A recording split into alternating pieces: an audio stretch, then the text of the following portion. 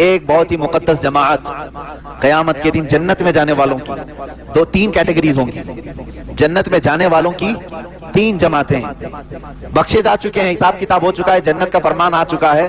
ایک جماعت ایسی ہوگی, اللہ تعالیٰ ان سے فرماتا ہے اے میرے بندو تم پر جنت ہو گئی, تمہیں جنت میں بھیجا جا رہا ہے, تم عبادتوں میں پورے کمپلیٹ تھے, بتاؤ کیوں عبادت کرتے تھے, جنت تک کیسے پہنچ گئے؟ وہ کہتے ہیں اے اللہ ہمیں جنت کی نعمتیں جب سے ہم نے سنا تھا بڑا لگاؤ تھا کہ اس جنت میں جائیں.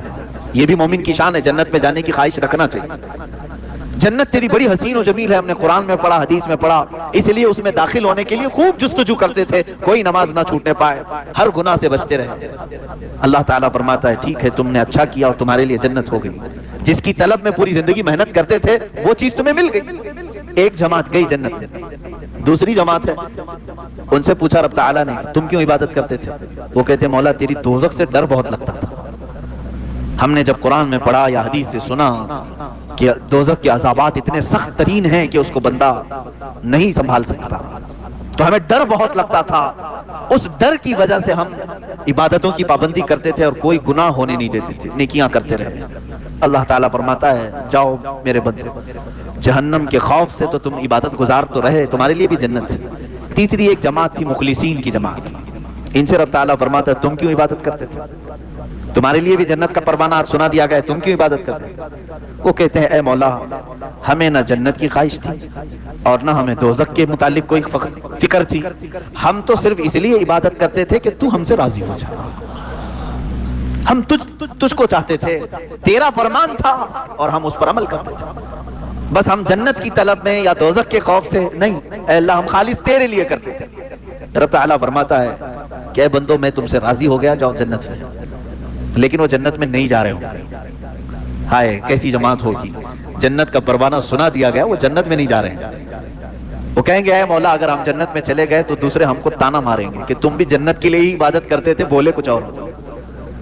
رب تبارک و تعالیٰ فرماتا ہے میرے بندو میں تم سے راضی ہو گیا, تم میری رضا کے لیے کرتے تھے, میں راضی ہو گیا اور بدلے میں تمہیں جنت مل رہی ہے. وہ کہتے ہیں مولا بدلہ نہیں چاہیے, بس تو راضی ہو جا, بدلہ نہیں چاہیے, تو راضی ہو جا. یہاں تک کہ روایات میں آتا ہے کہ فرشتوں کو حکم ہوگا ان کو بیڑیاں ڈالو اور جنت میں لے جاؤ, ان کو کھینچ کر کے جنت میں لے جاؤ. یہ وہ بندے ہیں جو اللہ سے اگر کچھ مانگتے تھے تو اللہ ہی کو مانگتے تھے, تو ہمارا ہو جا. میرے عزیزو آج کے اس آیت کریمہ سے بھی یہی سیکھو کہ مانگنے کے لیے ہزاروں چیزیں تمہارے پاس ہیں, عقل مند بندہ وہ ہے جو اللہ سے اللہ ہی کو مانگ لے, اے اللہ تو میرا ہو جا. اور ہم نے بزرگان دین کی زندگیوں میں دیکھا ہے, بلکہ حدیث آپ کو میں بتا دوں, اللہ کے حبیب صلی اللہ تعالیٰ علیہ وسلم نے ارشاد فرمایا من کان للہ کان اللہ لہ, جو اللہ کا ہو گیا اللہ اس کا ہو گیا. یہاں تک کہ حدیث قدسی ہے, یہ حدیث قدسی کہتے ہیں فرمان اللہ کا ہے, زبان نبی کونین کی ہے صلی اللہ علیہ وسلم. حضور صلی اللہ علیہ وسلم نے بیان کیا لیکن وہ کلمے اللہ کے. اس حدیث قدسی میں اللہ فرماتا ہے ایک بندہ مجھ سے قریب ہوتا ہے, اتنا قریب ہوتا ہے کہ میں اس کا ہاتھ بن جاتا ہوں جس سے وہ پکڑتا ہے. کون کہہ رہا ہے؟ اللہ عز و جل. رب تعالیٰ فرماتا ہے میں اس کی زبان بن جاتا ہوں جس سے وہ بولتا ہے, میں اس کے کان بن جاتا ہوں جس سے وہ سنتا ہے. اللہ تبارک و تعالیٰ یہ ارشاد فرما رہا ہے یہ حدیث قدسی میں. تو بندہ اپنے آپ کو اتنا قریب کرتا ہے کہ اللہ رب العزت اس کے اعمال کو اپنا عمل فرما رہا ہے. بدر کے وہ صحابہ جب تیر چلا رہے تھے اور کفار و مشرکین کو تہس نہس کر رہے تھے, بعد میں آیتیں نازل ہوئی, اللہ تعالیٰ نے فرمایا وما رمیت اذ رمیت فلم تقتلوہم ولکن اللہ قتلہم. دو الگ الگ جگہ سے میں پڑھ رہا ہوں. حضور صلی اللہ علیہ وسلم سے رب تعالیٰ فرماتا ہے تیر جو چلایا وہ آپ نے نہیں اللہ نے چلایا. فلم تقتلوہم ولکن اللہ قتلہم, اے صحابہ تم نے نہیں قتل کیا, ہاتھ تمہارا تھا, اللہ نے قتل کیا. ان کے عمل کو اللہ اپنا عمل فرما رہا ہے.